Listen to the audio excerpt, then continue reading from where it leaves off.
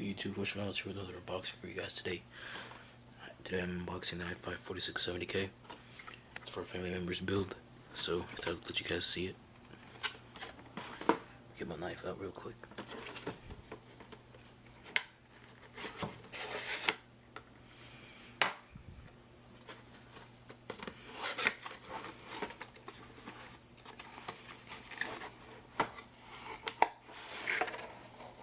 Alright. So you get your installation instructions, with your limited warranty, and the logo on the back right here. Standard heat sink.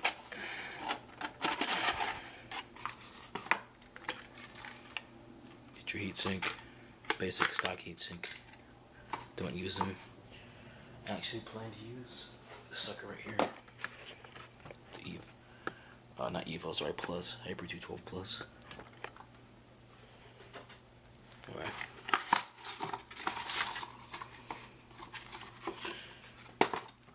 Then you get the CPU itself. Alright guys, that was just a quick unboxing for you guys, real quick. And if you guys enjoyed the video, please like, subscribe, and favorite. If you did enjoy, please comment below. And yeah, more videos coming soon. Thanks.